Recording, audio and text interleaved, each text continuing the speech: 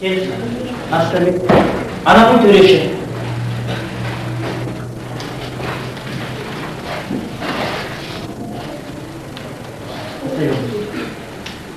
Отан ишине катысып эмесин. Жемдер. Отас опатта отан. Отан ресми отасына башканда. Берip duralım.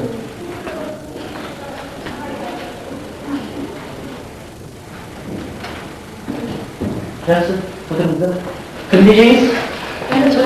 Бірінші бойда. Жақсы, мына өлең ұшам дейді.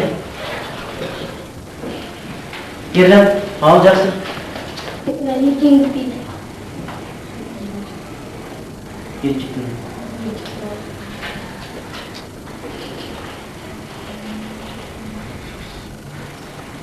Так, басқаға шақыр. 6 жыл аш болсаң да атаң салтын ұмытпа.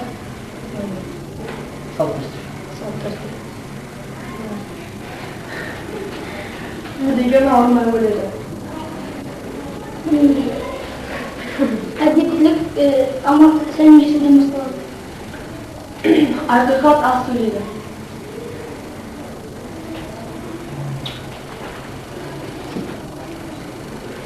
Ақиқат аз сөйлейді.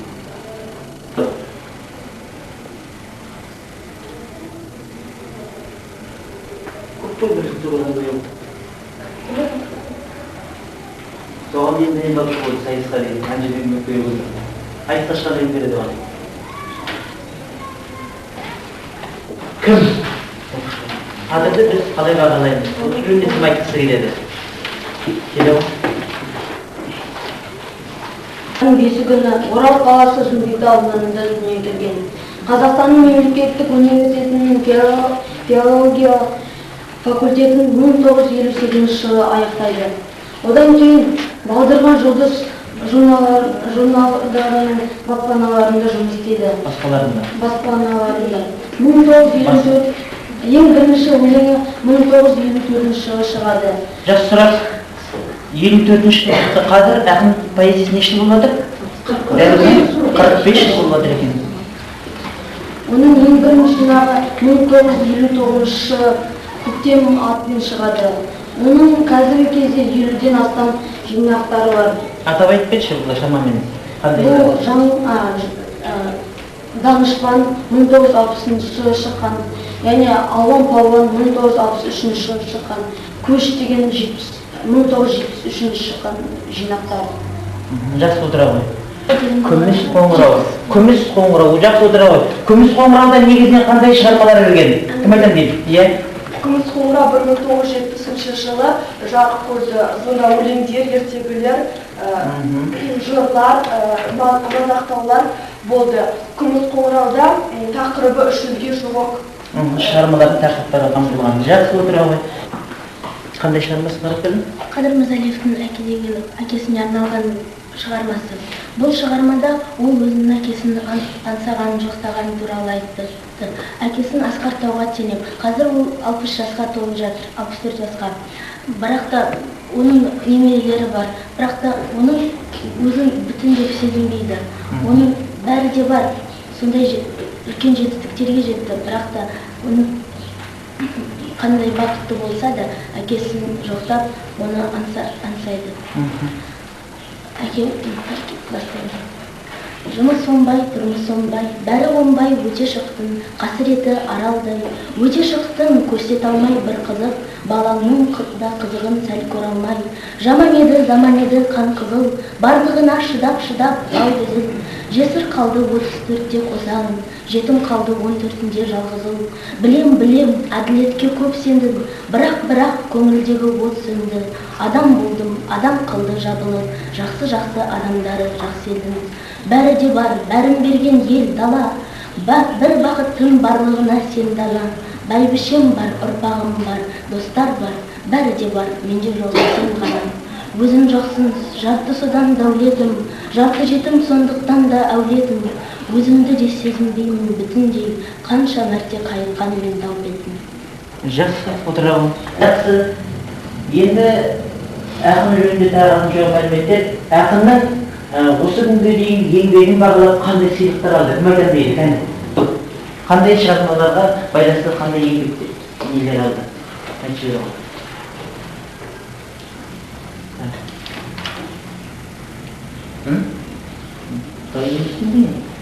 Комсомол сыйлығы.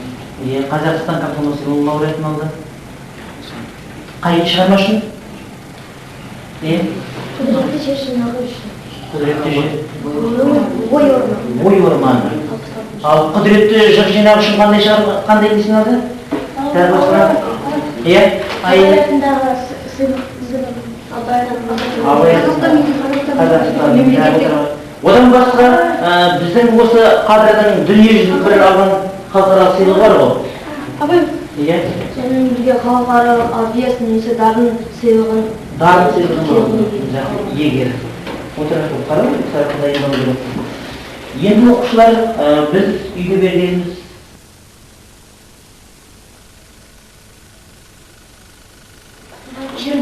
баяндаушы болып тұр. Жеке алайық, күрделі баяндаушы, бірақ жеке өзім уақыт алмайды. Жақсы. Енді қараңыздар. Ер туған жеріне нақал жалғастыруымыз керек. Айны нақал жалғастырамыз. Ер туған жеріне. Нақал жалғастырамыз, кім жалғастырады? Қояқ қой, ауызшаны бармыз. Келесі, астына жазды ғой, бастауышты баяндаушы отыра ғой. туған елде жер болмас. Ойламай. Мына жерде қандай сөз тұр? Жер. Сондықтан бұл маған сөйлемнің мағынасын қалай айтамыз? Анықтау үшін керек. Қандай жер? Туған жерде жер жер. Бала көмектесші беріңіз. Келесі сөйлем жүйесі айтып шығамыз. Сөйлем қарай. Хабар сөйлем қатпа жармас, сөйлем құралына қарай қарайды. Сөйлем шұсталаймыз. Болмас, не істемес, болмас.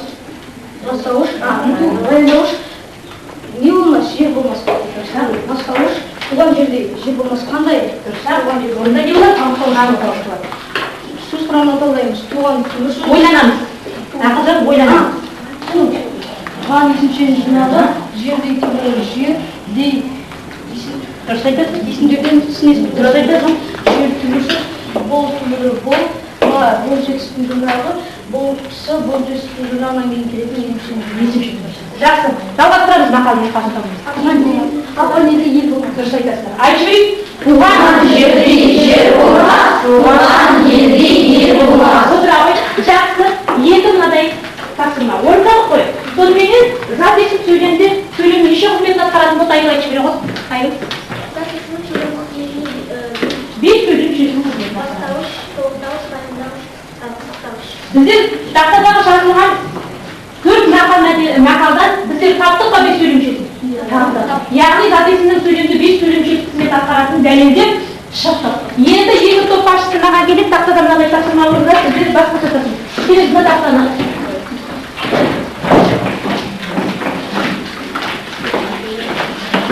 Бір ғана сөз балта сөз берілген. Балтаның не келдіреміз ғой? Ағаш шабуға қолданатын құрал. Олай болатын болса, екі топ басшысы тақтаның екі жағында жұмыс орындайды.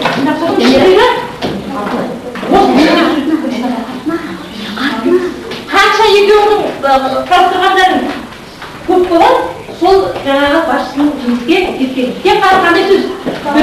Сіздер орындамайсыз. Сіздерге мынадай тапсырма. Сіздерге тапсырма мынадай. Жақсы, біздер жұрнақтарды жаңағыдай қайталап шықтық. Енді мынадай жұрнақ. Екі қатып жылдан бір-біріне жарысып жаңағы мысалдар келтіру. Бұл қандай жұрнақ? Етістікке қатесін тудыратын жұрнақ? Енді айтатын жұрнақтарымыздың ішіндегі сөйлемде барлығында тек қандай жұрнақ болу керек? Етістіктен зат есім тудыратын жұрнақ болу керек. Кім бастайды? Біліммен аштан ұстауға боларында білім. Білім.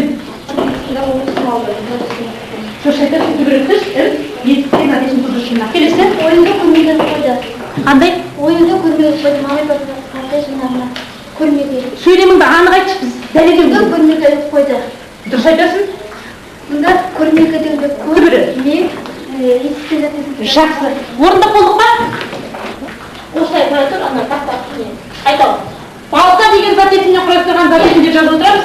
Ішіне құрамына қарай, мағынасына қарай ажыратамыз. Бала.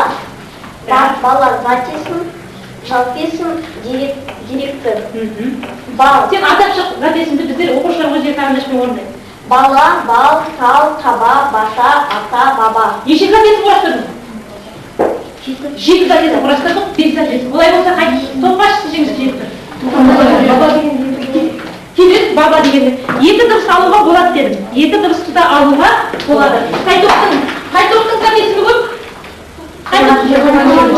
Олай болатын болса Дәмелаға біздер жібереміз. Жақсы. Мағынасына қарай неше түрге бөлінетін еді? Әсел? Зат есім мағынасына қарай 5. Мағынасына қарай. Қандай? Жалпы және жалпы. Жалпы есім және жалпы есім. Жалпы есім дегеніміз не абай? Дегенде бата? Жалпы есім. Мысалын дейді. Жалпы есім. Келген түн. Асан мен сен ауыл шетінде ойнадым. Қайша? Сонда Асан мен сен дұрыс айтасың. Абай әбішінің ұзастырмасында аға және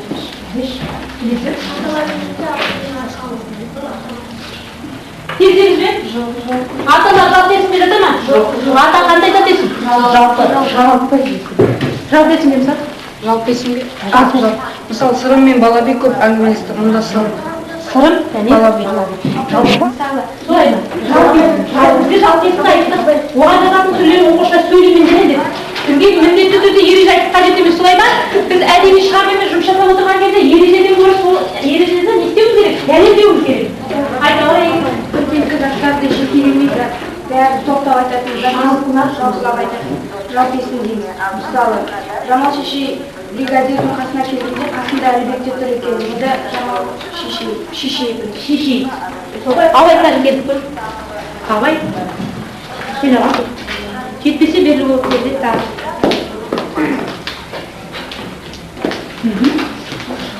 Ала. Тек сол мені. Анаған тақта орындайтын болсын. 7 шатыр жақсы қала. Жақсы. Бізден берілген сөйлемде не жоқ? Тыныс берген жоқ. Абай тыныс берген қойды. Бұл тыныс берген Абай не үшін қойды? Қандай ережеге сүйеніп қойды? Тергеген тыныс берген қоя бермейді қой. Сөйлемнің соңында сұрау сөйлесін деп белгісін қойған кезде бір ережеге келеміз. Абай осыдан сен бір қорытынды шығарып айтуың керек. Келісеміз бе тыныс берген? Келісеміз. Дұрыс айтасыңдар. Бірақ соны дәлелдеуіміз керек. Ережемен шығаруымыз керек. Абай? Бастауышта, баяндауышта атау тұлғалы зат есіміне болады. Олай болатын болса, оны дәлелдеу үшін біз не істеуіміз керек? Талдауымыз керек. Талдай беріп.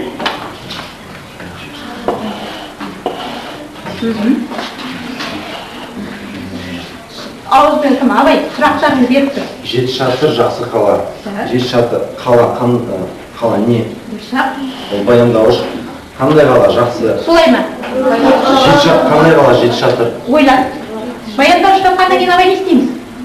Бастауыш. Бастауыштан. Бастауыш қандай? Жақсы. Ойлан.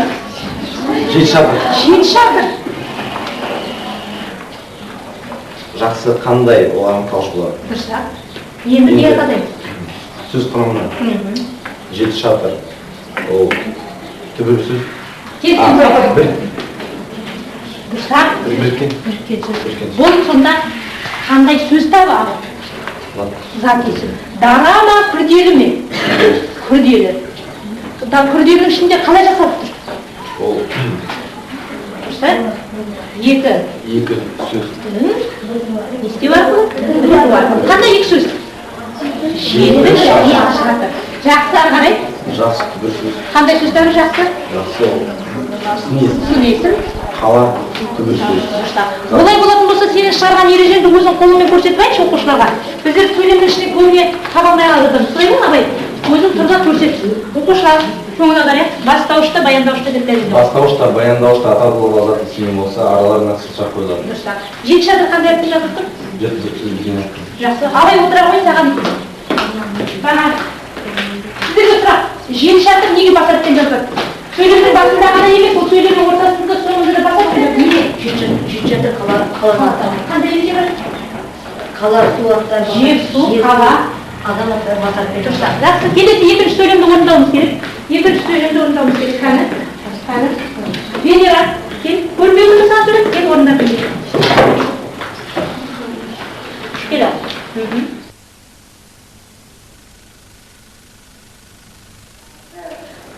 Япырау қалай бұлдаған сатқан теме, оқас, түйме, сылдырмақ, теңдалыпты. Суеттер және көрдім жүзі жарқын, ойладым, бағында. Бақтан қалқым, соншама құны толып, жылды теме атына қалдырмас па жақсы дамсқым. Дедім мен, құтты болсын, шекпеніңіз, атқа қандай егін еккеніңіз, ұқсақта денемізден кетер емес. Сондағы тұқым шашып сіткеніңіз. Көргенде алтын аяқ күміс кесе, бір сөзді тамағыма қойдым, таяқ. Қаймамының малы бар бұл аяқтар, менше болмадым қара пейлі. Отырамын. Менің ұралған шылауым қай түрінде жатады. Санесі мен сінесінде қол өтер. Санесі мен сінесінде ұралған шылаудың қай түрінде жатады. Бір сыңар санесі, екінші сыңар шылау. Ол шылаудың қай түрінде жатады. Бірақ, дұрыс қой. Дұрыс, арада тағынаңдар. Сөйлем ішінде тұрып, сөйлемді қолдай, бірақ өзі бар қой, сөйлем мүшесі болмайды. Шылау. Арада. Толық мағыналы сөзден бұрын тұрса сінесім, тыңдап алыңдар. Толық мағыналы сөзден бұрын тұрса сінесім, кейін тұрса шылау болады. Толық мағыналы сөзден бұрын тұрса сінесім, ал кейін тұрса шылау болады. Дұрыстап. Жоғарғы қойған өтесіңдер, біреу артын сайын. Араларда. Сұрау қойылмайтын есімдіктің түрлері бар ма? Сұрау қойылмайтын есімдіктің түрлері бар ма? Сұрау қойылмайтын есімдіктің түрлері бар ма? Кім? Отырау. Тағы да кім айтатынан? Төбе, сінесім, төбе, төбе, арарата. Келесі. Бірге жазсаң кен өндірішінің аты, бөлек жазсаң металл мен өткен шақты келесі. Бөлек жазсаң біреу түйреп алады, бірге жазсаң бір құс болады.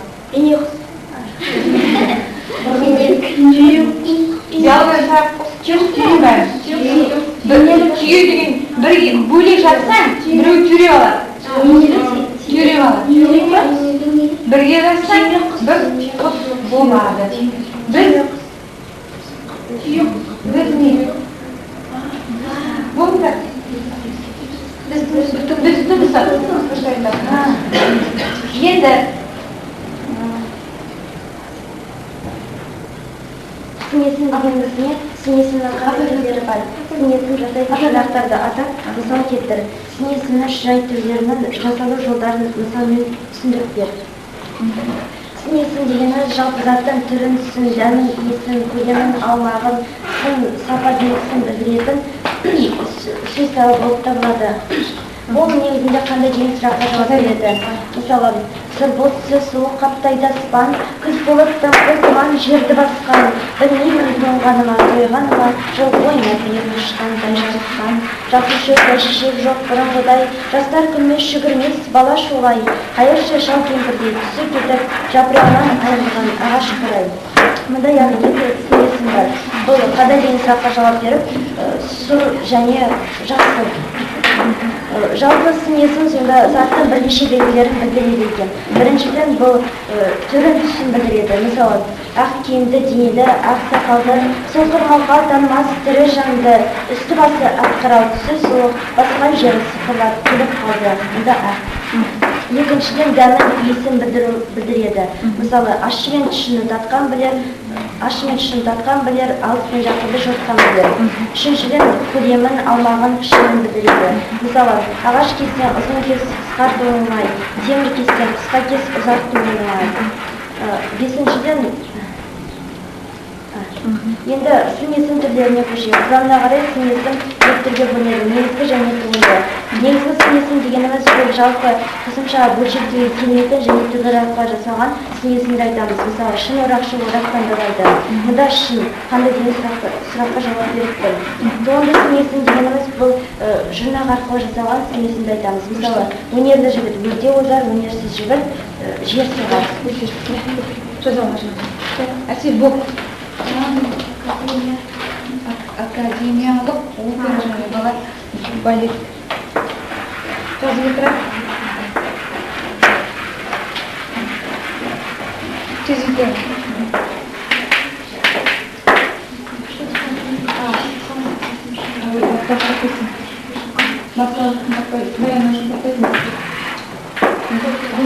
Дауыстан шығыс тетіктің жалғауы бұл жалпы задресі.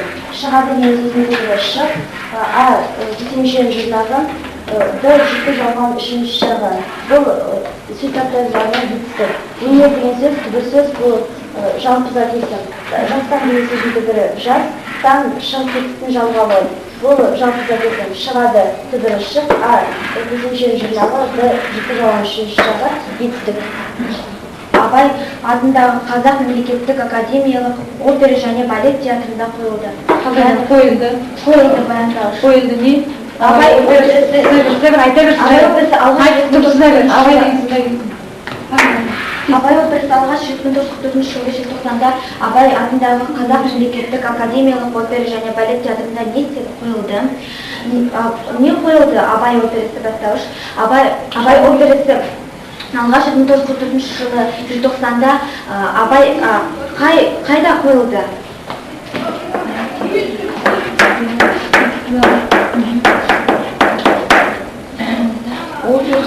Қандай театрында? Абай атындағы Қазақ мемлекеттік академиялық опера және балет театрында анықтауыш болып келеді. Абай операсы қашан Абай атындағы Қазақ мемлекеттік академиялық опера және балет театрында қойылды? Алғаш 1944 жылы.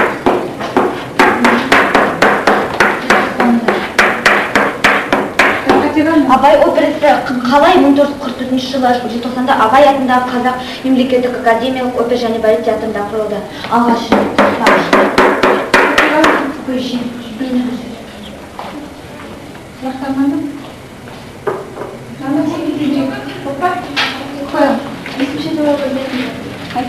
Есімші дегеніміз есімдерінде етіктіктің де қызметін атқаратын етіктік түрі есімші деп аталады. Есімші жасау жылдары ған-ген, қан-кен жинақтары атқарылады. Мысалы, асықпаған адаммен қоянға жетер. Ер жинақтары атқарылады. Мысалы, адам болар баланың адамменен ісі бар, адам болмас баланың адамменен ісі бар. Мұнда болар. Және оңтүстіктен кейін келетін ішін арқылы жасалады. Мысалы, қорқақ қол бастамас.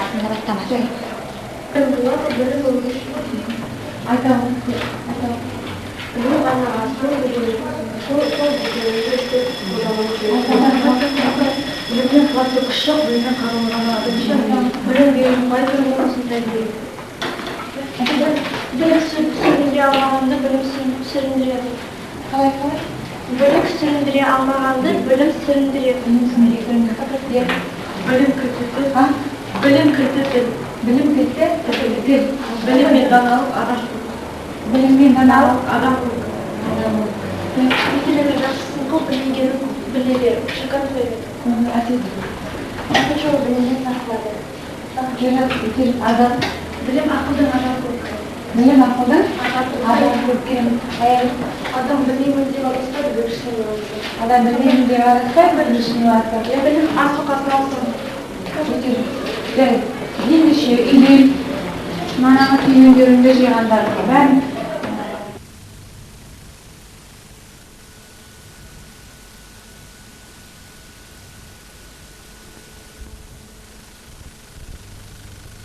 ағымы бойынша, бүкіл республика бойынша сондай мамандықтардағы балалардың тестінде жинаған бар белгі болады. Бала, жаңағы мысалы 500 жылға тарих десе, республика бойынша, 500-ді кірмейді ма? Егер де 500-дің ішіне оның балы кіріп жатса, олар мемлекеттік грантқа ие болады. Қолына баламыз өз сертификат береді. Сіз мынандай балалардың сертификатын мынау ретінде алып, мынандай мамандыққа әрине соның өзінің кеш жинаған мамандығына осы мамандыққа мен қабылдауымызды сұрайды. Содан кейін ешқандай тесттен өтпейді, ештеңе қосымша жұмыс жасамайды, ректор оны қабылдауға міндетті. Енді ректордың арқасында мынандай сұрақ болды. Онда енді жататын ештеңе жоқ. Мұнда мемлекеттік емес оқу орындарының өкілдері отыр. Бұл кісілердің көңіліне келмесін, мемлекеттік емес оқу орындары әдетте ақшаны бөле алсын. Білім беру өз алдына ақшасы көбірек болады. Сондықтан мынандай заңды сұрақ болды. Көңілін қалдырсынайда жоқ. Өйткені алшан деген Құран деген осы мемлекет бізге грантқа бөліп отқан ақшасы 174 теңге. Біз оны есептеп көрдік.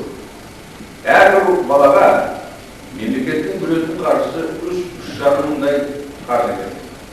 Әр баланың оқуына айына 3,5 мың. 3,5 мыңға бір баланы оқыту мүмкін емес. Onda tenge, 3,5 tenge. Büyüklüğüne, balakın жұмысқа түскеннен кейін оған бір емес 10-11 біз есептеп көрдік, 11 мұғалім сабақ керек. 11 мұғалімнің жалақысы керек. Басқасын айтқанда 11 мұғалімнің жалақысы 3,000 теңге бола ма?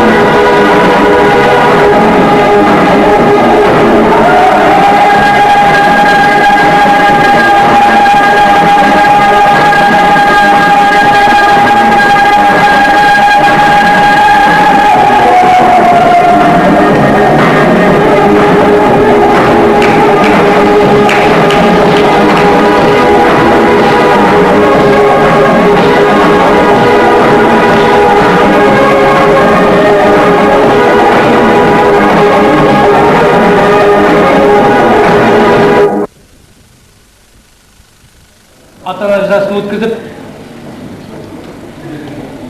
класс бойынша содан кейін алтын залға жинап, пікірлеріңізді тыңдайық деген ойменен бөлінген мақсатымыз жаңа айтқандай кешігіп тұрайық. Кеше бардыңыз, сонда 10-шы класстардың оқушыларыменен 10-шы класстың ата-аналары болған. Негізі оларды бөліп қойғанымыз, күн ертең бір айдан кейін мектеп бітіреміз. Олардың қайлардың алдан үлкен сұрақ қойып, солардың алдында сұрақ жауап берген ешкімнен суал қозып алды. Мен қазір сөзімді бастамастан бұрын сұрап отқан бәрі жаңағы алдында айтқан жұмысыма қатысқан.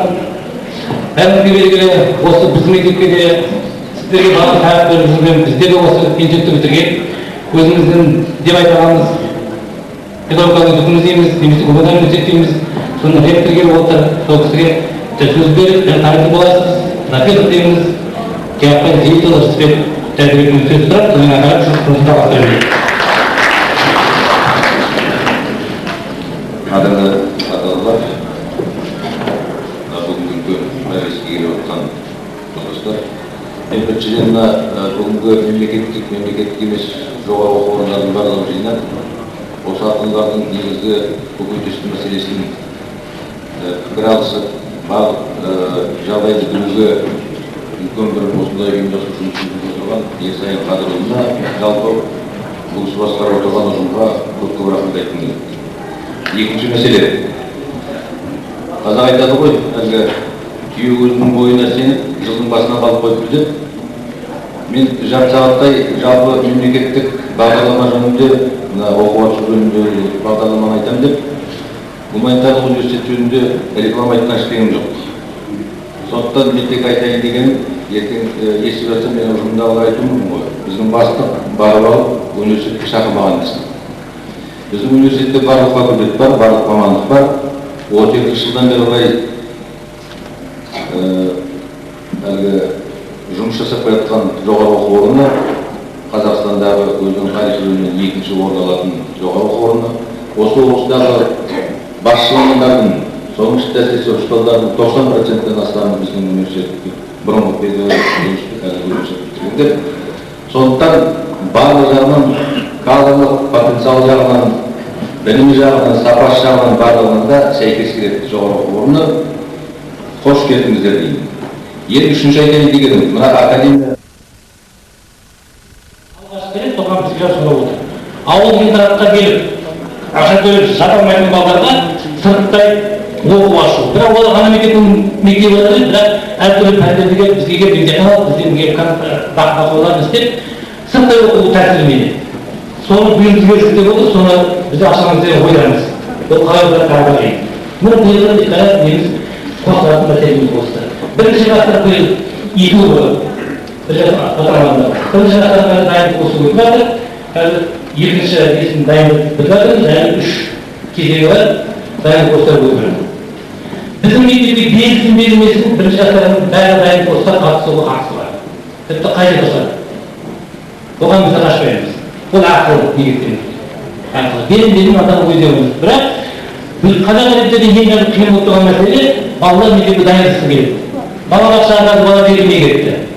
Қайғы жағдаймен ақша болсын берілмей кетті. Олар мектепке дайындықсыз келеді. Балалар 35 минут 45 минут отыруды білмейді. Бала тұрып кетеді. Бала отыру білмеді ме, бала қолына қалып ұстау білмеді ме, ол бала жұмысқа деген қабілеті ертең болмайды деген сөз. Тұрақ болып тұрған сөз. Мына мектепке сіздерге оқытар келді, біз өтіріп шыр айтпаймыз. Ол керек емес. Балам дамат алып қойып дамат. Мен жолды сахнадағы жігіттерге берейін. Бола ма болса? Жоқ па? Өте жақсы.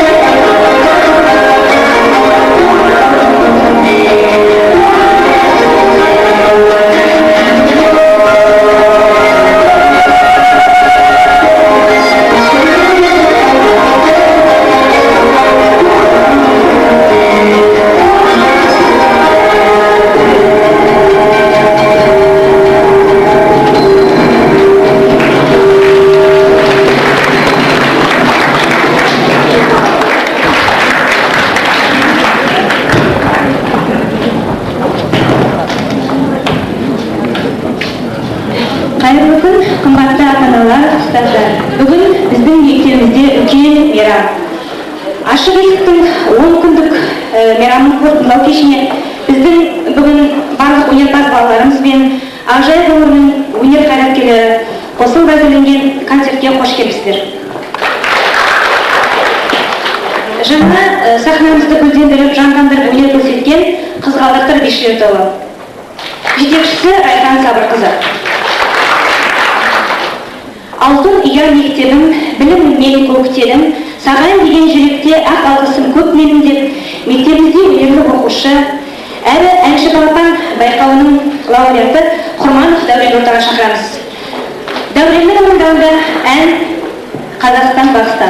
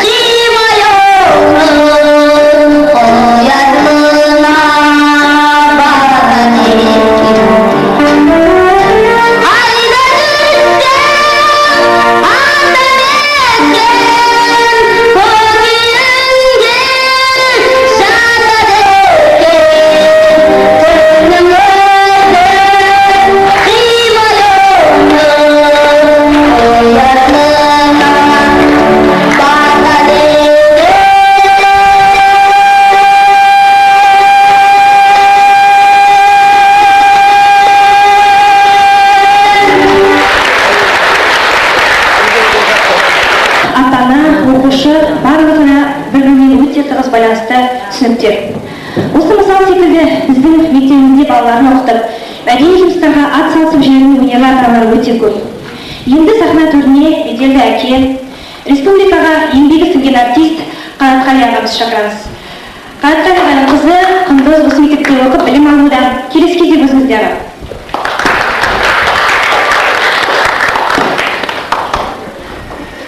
Саламатсыздар. Мынау бүгін қатырғандардың бәрінің басының бүгін болсын. Май келе жатқан май мейрамдарының алдында бәріміздің басымыз қосылып осы бүгін кездескеніме мен сіздермен өте қуаныштымын. Бәріміздің де балаларымыз осы мектепте оқиды. Олардың жақсы сапалы білім алуына атсалысып жүрген ұстаздарға ата-аналардың атынан рахметімді айтып кетуге рұқсат етіңіз.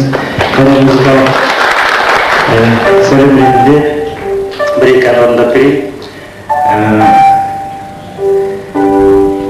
Белгілі композитор біздің осы қазір біздің қалада тұрып жатқан Әшір Молдағайнов деген композиторымыз бар. Сол кісінің «Достарым азаймаш» деген әнін сіздердің назарларыңызға ұсынамын.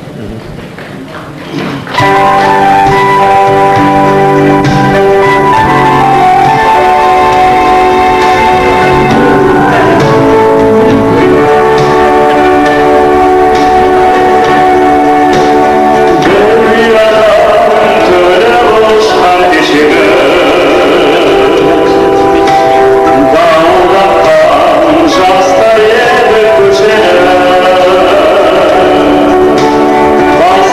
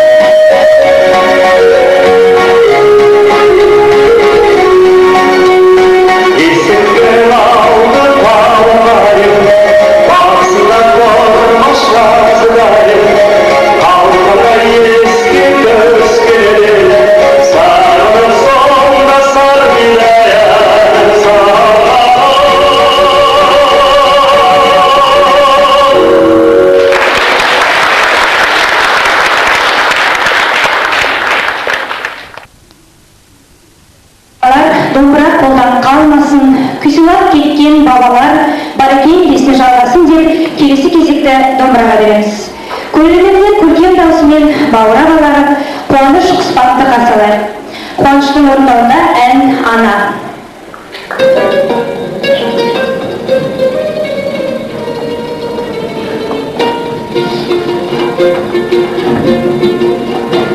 Ана деген шәріптен тебіреніп қуаталам күшалып мен жаныма қашмайтан қаны берген өзіңіздің биіктерге ұшалып мен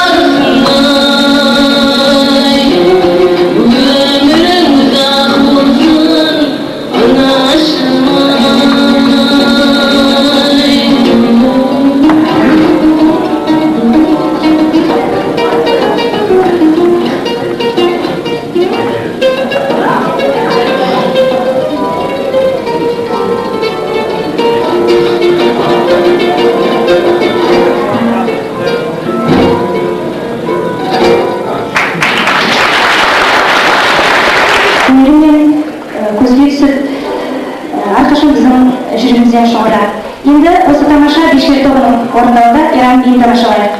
Жетекшісі Ләззат Ғабдилова.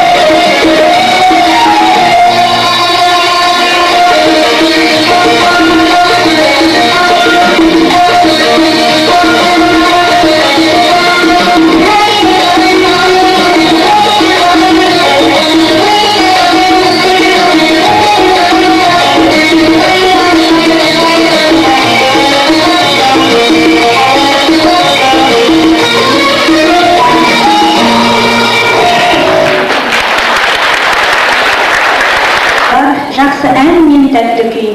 Көңілге түрлі ой салар, әнді сүйсең, менші сүй деп, Абай атамыз айтқандай, ән мен күйді қадір тұтатын өнер жолындағы адамдар бала тәрбиесіне де ерекше көзқараста. Ол ата-аналардың балалары біздің мектебімізде сапалы біліммен қатар өнерге де қабілеттіліктерін көрсетуде. Дәл осындай оқушыларымыздың өнерлі ата-аналары бүгін біздің ортамызда қонақта. Сахнаға әнші, сазгер Дөнеділ ағамызды шақырайық. Қошеметтеп қарсы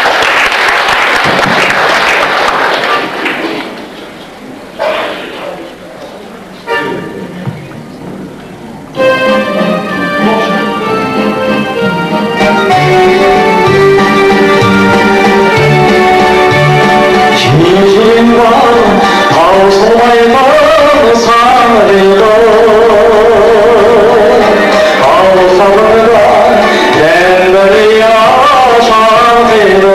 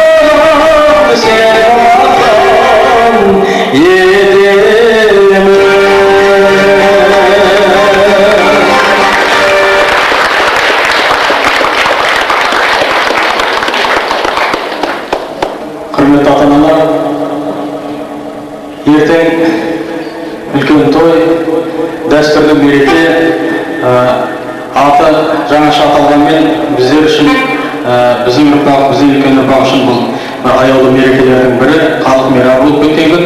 Сол мерекелеріңіз құтты болсын, дендеріңіз сау болсын деп, мен сайын қабырға бастаған біздің білімнің қара шаңырағы Сәкен ағамыздың атындағы үлкен ұжымға жақсы табыстар тілеп, дегендеріңізге жетіңіздер. Әр уақытта балаларыңыз көңілдеріңізден шықсын, олимпиада болса бірінші орында болсын, өнер сайысы болса жоғары дәрежеде болсын.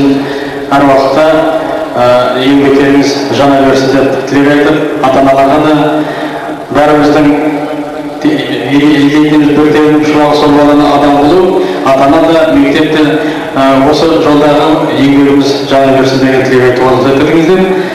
Қабыр Ғабдуллиннің сөзіне жазылған «Сағыныш» деген әнімді қабылдаңыздар.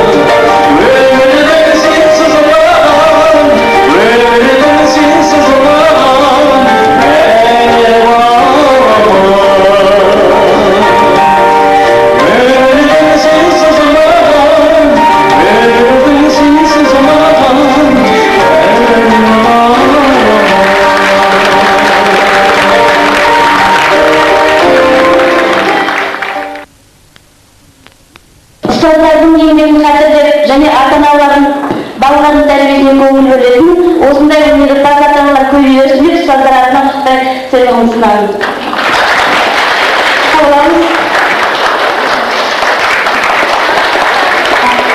лауреаты, республикалық олимпиаданың Қазақстан тарихы пәнінен бірінші орын жүлдегері, биылғы елбасы Нұрсұлтан Назарбаевпен кездесуге жолдама алып отырған Құралай Ғайсағалиқызын ортаға шақырайық. Құралайдың орындауында Дина Нұрпейісованың күйі Науаи.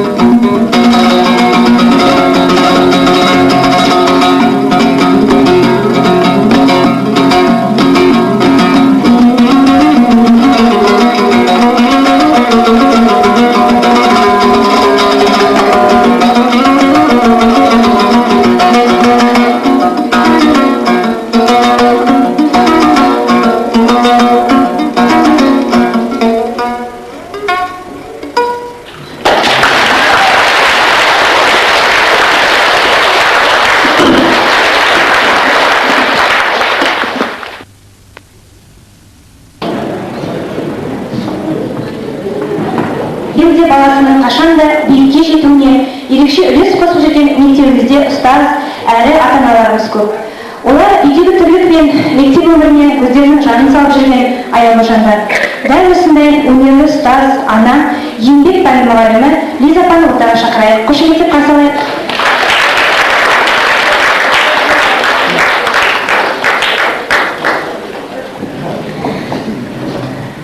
Құрметті ұстаздар, естайын қадірлі бастаған сіздерге көп-көп рахмет айтып, менің жанатым осында тардай болып кіргізіп, таудай болып ұшқалы тұр. Сіздерге семьяларыңызға денсаулық, бастарыңызға амандық тілеп, 11-ші В классы ата-аналарының атынан ән сәлем жолдағалы тұрмын. Ұстаздарға көп-көп рахмет айтамын, біздің балдарымызды осындай үлкен етіп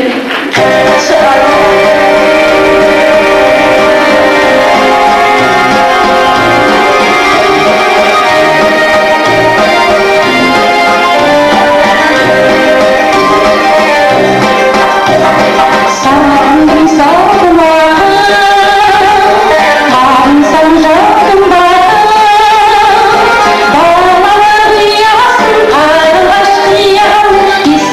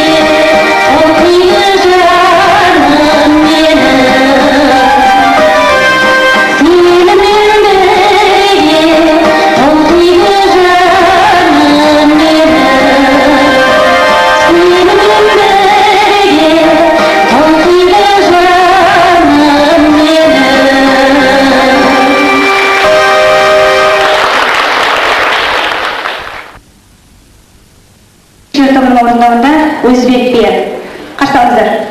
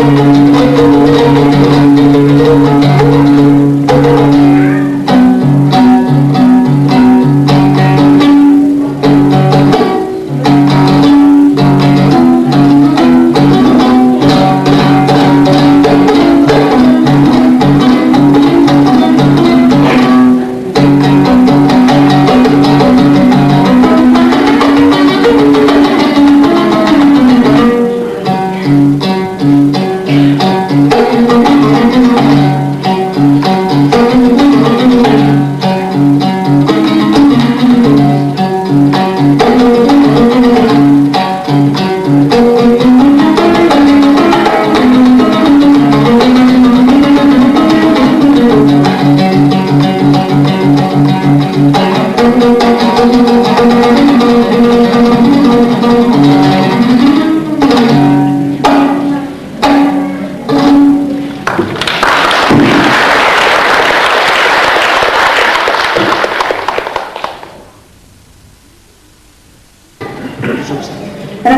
мектебім менің мектебім, құшағымды аймалап, тәрбие бердің теп-тегін, үйретіп маған әліппе, шыңына білім беттедің деп, алғаш әліппе тұтатын. Бастауыш сынып мұғалімі, өнерлі әріптесіміз Гүлназ Хабибованы ортаға шақырайық. Гүлназның орындауында ән «Сен екеуміз».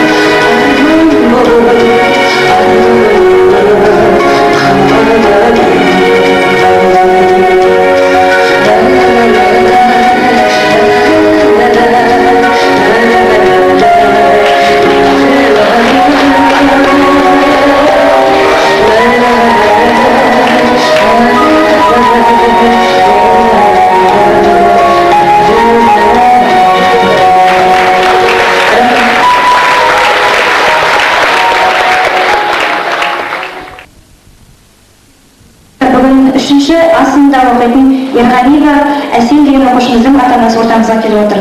Ақыр сапайды ортаға шақырайық. Сөз кезегі өзіңізде. Көп-көп рахмет.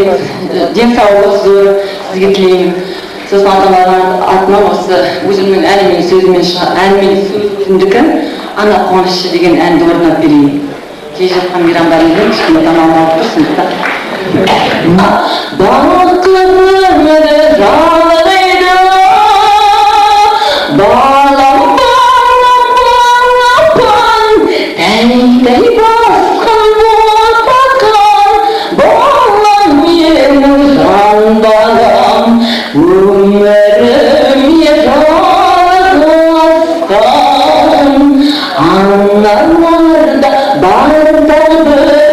Surat ahtın köydü, bir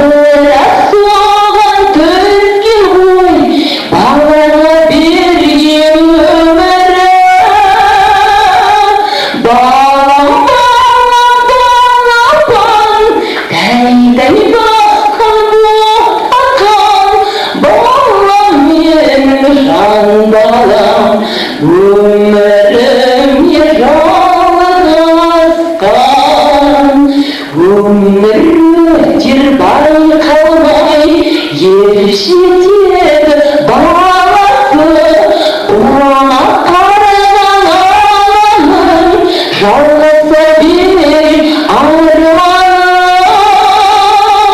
балапан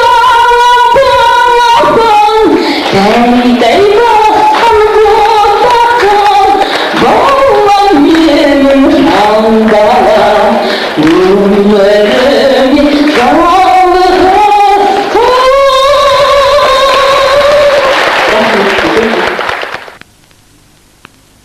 ән сабағының мұғалімі Алма Рахатқызын ортаға шақырайық.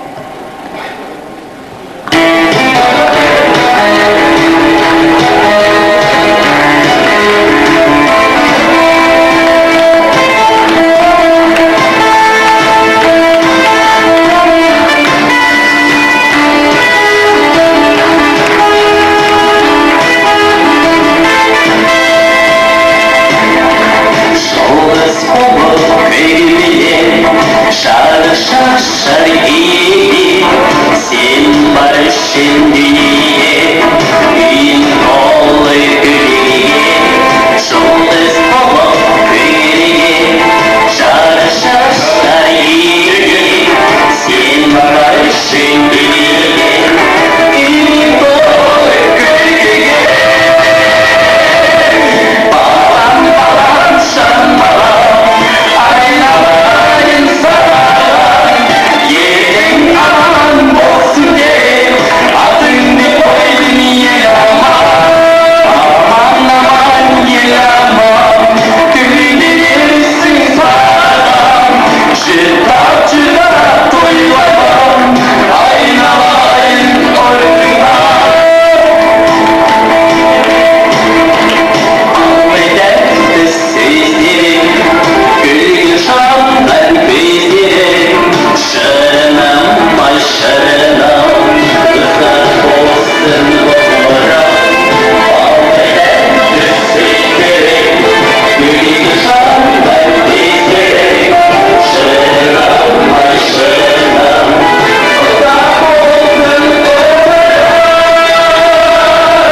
Balam balam şan balam, aynalayın saran, yerin aman olsun ye, adını koydun yer aman, aman aman yer aman, gülünürsün saran, çıta çıta duymayman, aynalayın önüne.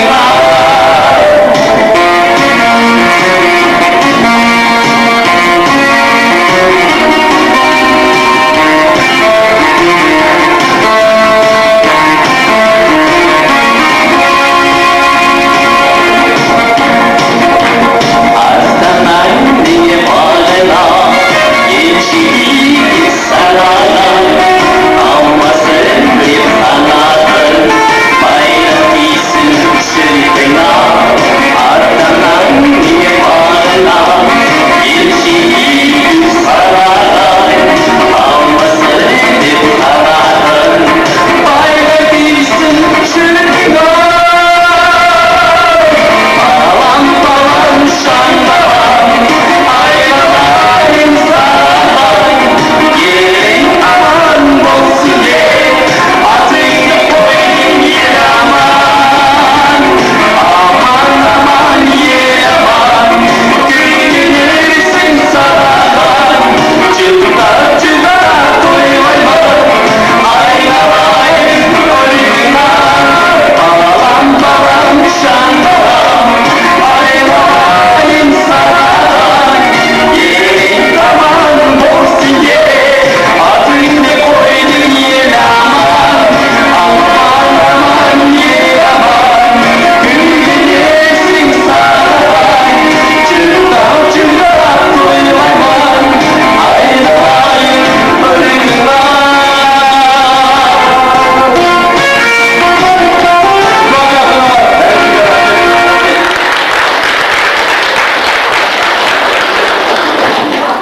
Қымбатты ата-аналар, мінекей бүгінгі біздің де жұмысымыз аяқталып келе жатыр. Сәтті болған сияқтымыз, бір демалып қалған сияқтымыз. Мектептің өтіп қалғанымызда көрмегендеріңіз, біздер демалып қалдық, бүгін сіздің балаларыңызсыз деген сияқты. Шынында, мінекей қараңыздар, мектебіміз осы, ұстаздарымыз осы, өнерлі ұстаздарымыз осы, біздің өнерлі ата-аналарымыз бірге болды. Мен айтайын дегенім, дұрыс менің аттарым ондай көп рахмат. Ол қызды баланы оқыта институтта келуім керек қой. Шын керек. Дайырғаннан келіп, танысып сіздермен отағысымен көп рахмат келеді. Балалар өте белгілі, мектеп ішіндегі өте қошылып келе жатырмыз. Қанқайым баласы белгілі болды. Дөрелдің қызы, қызым өзі 6-шы, жоқ, 9-5-те келіп. Балықтарды дұрын ұшқан, сен қашанға қызалып тұғалып беру керек. Соны кейін алып қандай соғыстан жатып, осы мектепке барғанын қойдым.